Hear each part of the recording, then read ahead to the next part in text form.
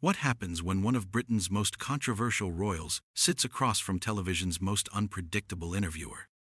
You won't believe what unfolds when Prince Harry faces off against Richard Madeley in what started as a simple promotional appearance but quickly spiraled into the most explosive confrontation in Good Morning Britain history. Before we get into this incredible story, make sure you hit that subscribe button and drop a comment below because you're not going to believe what unfolds. Last night's episode of Good Morning Britain promised to be just another celebrity interview, but what viewers witnessed was nothing short of television gold. Prince Harry, appearing to promote his latest charitable initiative, walked into what he thought would be friendly territory. He couldn't have been more wrong. From the moment the cameras started rolling, Richard Madeley had other plans entirely.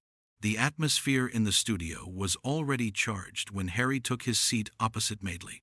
The host's signature smile was present, but those familiar with his interviewing style could sense something different in his demeanor. His questions were sharper, his pauses more deliberate. Harry, dressed casually in a navy blazer and open-collar shirt, seemed relaxed initially, perhaps expecting the usual softball questions about his charity work and family life. "Prince Harry, welcome to Good Morning Britain," Madeley began, his voice carrying that familiar tone that could shift from friendly to forensic in seconds. "You're here to talk about your latest project, but I think our viewers are more interested in something else entirely." Harry's smile faltered slightly. "Richard, I'm here to discuss the important work we're doing with veterans' mental health support. That's what matters." But Madeley wasn't having it. He leaned forward, his eyes narrowing, with the predatory instinct of a seasoned broadcaster who smelled blood in the water. "That's admirable, Harry. Really, it island? But let's talk about something our viewers actually care about. Your recent comments about the royal family have been, shall we say, rather pointed. Some might call them hypocritical." The word hypocritical hung in the air like a challenge thrown down at high noon. Harry's posture stiffened, his media training kicking in as he attempted to maintain composure. "I think that's a rather loaded way to frame it, Richard. I've always been honest about my experiences." "Honest?" Madeley's eyebrows shot up in that theatrical way that had become his trademark. "Is that what we're calling it? Because from where I'm sitting, it looks more like someone who's made millions criticizing an institution while still expecting to benefit from the titles and privileges it provides." The tension in the studio was palpable now. Camera operators adjusted their positions, sensing they were about to capture something special. Harry's jaw tightened, and for a moment, the carefully constructed public persona slipped. "I think you're mischaracterizing my position entirely, Richard. This isn't about money or titles. It's about accountability." Madeley chuckled, but there was no warmth in it. "Accountability? That's rich coming from someone who's built an entire brand around playing the victim while living in a $40 million mansion in California. Tell me, Harry, what exactly are you being held accountable for?" "I'm not playing any victim," Harry shot back, his voice rising slightly. "I've taken responsibility for my choices. I left. I walked away from that life because I couldn't continue to be part of something that was damaging my family." "Damaging your family?" Madeley leaned back, arms crossed, enjoying every second of Harry's discomfort. "Or damaging your bank account? Because last I checked, you and Meghan have done quite well for yourselves since leaving, haven't you? Netflix deals, book contracts, speaking engagements. Hardly the actions of someone seeking privacy and peace." Harry's face was flushing now, the careful media training beginning to crack under Madeley's relentless pressure. "That's incredibly reductive, Richard.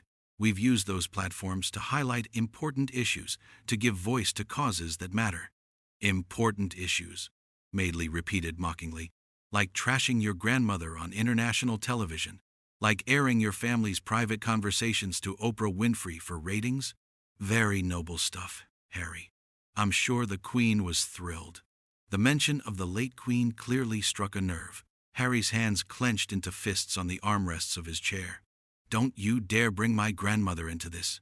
She understood why I had to make those choices." "Did she?" Madeley's voice was deceptively calm now, the eye of the storm before the real devastation hit. "Because from what I remember, she was pretty clear about how these things should be handled. Recollections may vary. Wasn't that the phrase?" Diplomatic way of calling someone a liar, wouldn't you say? The studio fell silent, except for the hum of cameras and the barely audible whisper of the production crew holding their breath. Harry stared at Madeley with undisguised anger, his famous composure finally beginning to crack. You're twisting everything. You're taking complex family dynamics and reducing them to tabloid headlines. I'm asking the questions that matter, Madeley fired back. The questions that taxpayers who funded your lifestyle for 30 years deserve to have answered. You can't have it both ways, Harry. You can't cash in on royal drama while claiming to be above it all. Harry stood up slightly in his chair, his voice gaining an edge that viewers rarely heard from the usually composed prince. Cashing in? I've tried to build something meaningful, something that helps people. What have you built, Richard?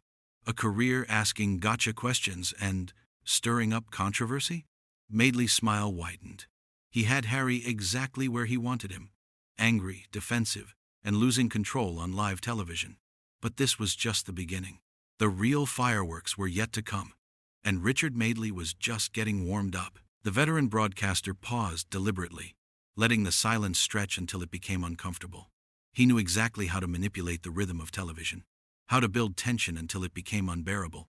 Harry shifted in his seat, clearly wanting to say more but unsure how to regain control of the narrative that was rapidly spinning away from him. Let's talk about your wife, Madeley said suddenly, his voice deceptively casual. The words hit the studio like a thunderbolt. Harry's entire body language changed instantly, his shoulders squaring as if preparing for physical combat. Meghan has made some rather interesting claims over the years, hasn't she? About racism, about not receiving help when she needed it. Very serious allegations. Careful, Richard. Harry's voice dropped to barely above a whisper, but the microphones picked up every word. Very careful. Madeley's eyes lit up with predatory excitement. Oh, I'm being very careful, Harry. Careful to ask the questions that journalism demands. Your wife alleged that members of your family made racist comments about your unborn child. That's a nuclear accusation. But when pressed for details, for names, for context, suddenly it's all very vague, isn't it? Harry's face was now visibly red, his composure hanging by the thinnest of threads. Those conversations happened. The lack of support she received was real. The impact on her mental health was real. Was it though? Madeley leaned forward, his voice gaining momentum like a freight train picking up speed. Because I've done my homework, Harry. I've looked at the timeline. The resources that were supposedly denied? The palace staff have a very different story. Mental health support, security briefings, protocol training, all offered, all declined by your wife's team. That's absolutely not true, Harry snapped, his voice cracking slightly.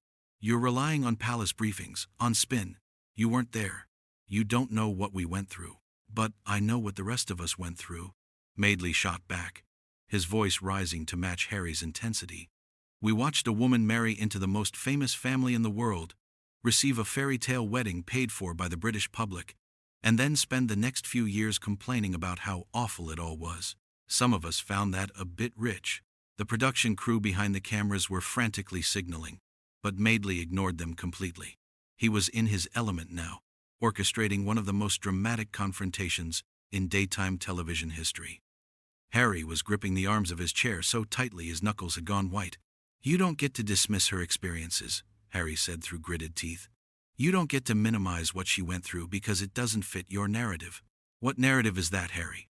Madeley's voice was mocking now, theatrical in its incredulity. The narrative that actions have consequences? The narrative that you can't attack an institution on primetime television and then expect a warm welcome at family gatherings? Harry stood up abruptly, the chair scraping against the studio floor with a harsh sound that made everyone wince. You're twisting everything. You're making this about personalities when it's about principles.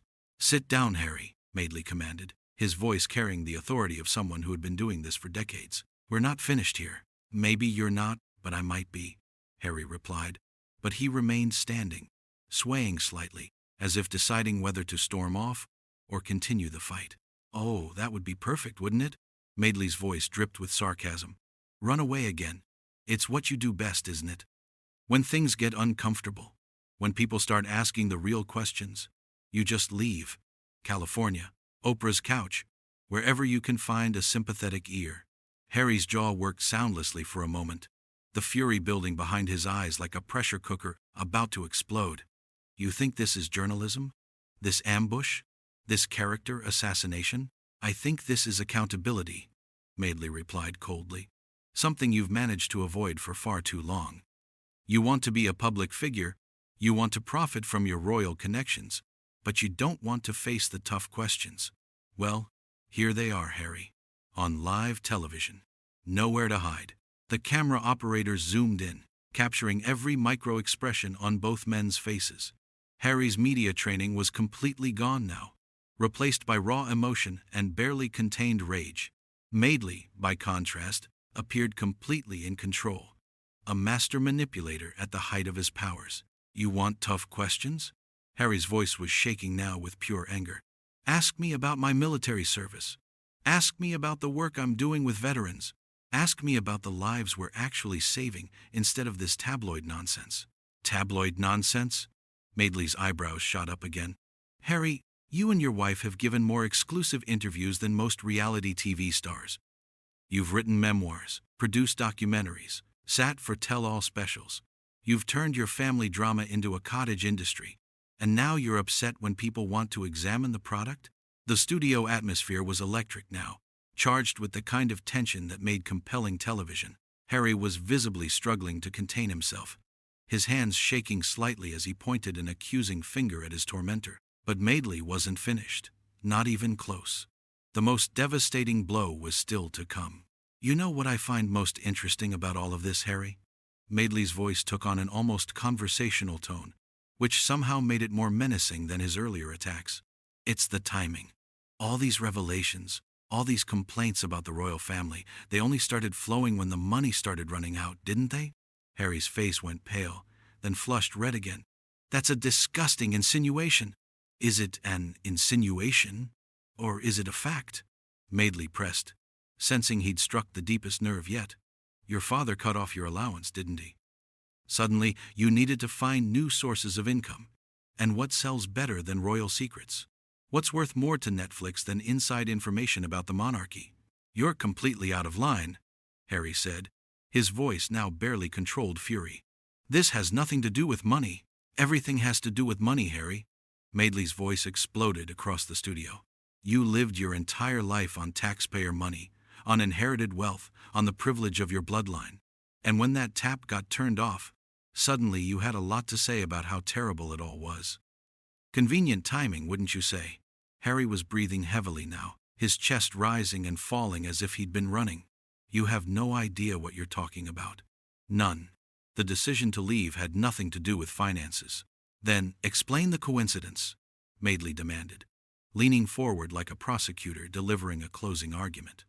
Explain how someone who lived comfortably in that system for 30-odd years suddenly discovered it was irredeemably corrupt right around the time he needed to pay his own bills. Because I became a father, Harry shouted, his voice cracking with emotion. Because I had a son and I realized I couldn't raise him in that toxic environment. Because I watched what that institution did to my mother. The mention of Diana seemed to hang in the air like a live wire. Madeley's expression shifted slightly, but his predatory instincts were too strong to back down now. Your mother, Madeley said quietly, who also profited from all interviews when her marriage fell apart. The apple doesn't fall far from the tree, does it, Harry? When things get tough, when the palace stops paying the bills, it's time to sell the family secrets. That was the breaking point.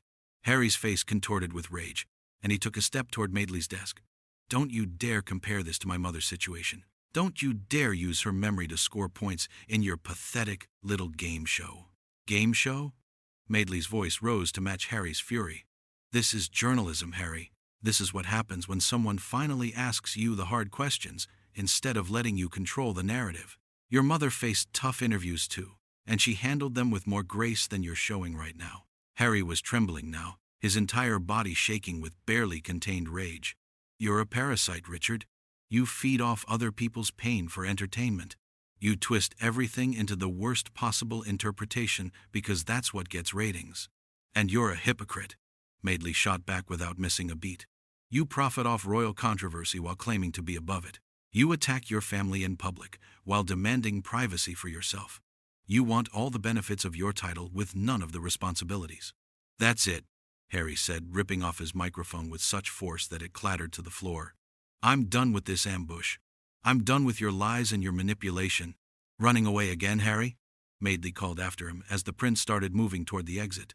Just like you ran from your duties, just like you ran from your country.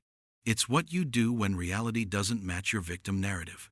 Harry spun around, his eyes blazing. You want to know what I'm running from, Richard? I'm running from people like you. People who would rather tear down than build up. People who profit from misery and call it journalism. At least I'm honest about what I do, Madeley replied coldly. I don't pretend to be saving the world while cashing Netflix checks. I don't lecture people about privacy while giving tell-all interviews. I don't claim to be healing family wounds while opening new ones on international television. Harry was at the studio door now, his security team materializing around him, but he couldn't resist one final exchange. You know what the saddest part is, Richard? You could have used this platform for something meaningful. Instead, you chose to be a professional bully. And you could have used your privilege for genuine service, Madeley replied, his voice carrying across the silent studio. Instead, you chose to be a professional victim.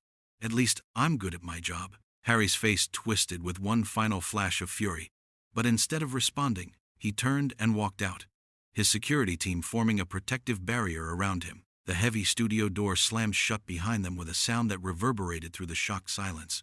Madeley turned back to the cameras, his composure completely intact, a slight smile playing at the corners of his mouth. Ladies and gentlemen, Prince Harry, everybody. Always a pleasure. He paused for dramatic effect, shuffling his papers as if nothing extraordinary had just happened. When we come back, we'll be discussing garden renovation tips with Alan Titchmarsh. Much more civilized conversation, I suspect. The cameras cut to commercial, but the damage was done. In less than 20 minutes, Richard Madeley had systematically dismantled one of the most famous men in the world, exposing what he saw as the contradictions and hypocrisies that lay beneath the carefully crafted public image. Harry's dramatic exit only served to reinforce Madeley's narrative that when faced with real scrutiny, the prince's response was to run away. The confrontation would be replayed endlessly on social media, dissected by commentators, and remembered as one of the most brutal celebrity takedowns in television history. Richard Madeley had proven once again why he was considered one of the most formidable interviewers in the business.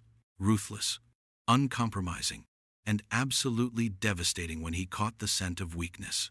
As the studio crew reset for the next segment, Madeley sat back in his chair with the satisfied expression of a job well done. He had promised his viewers explosive television, and he had delivered in spectacular fashion.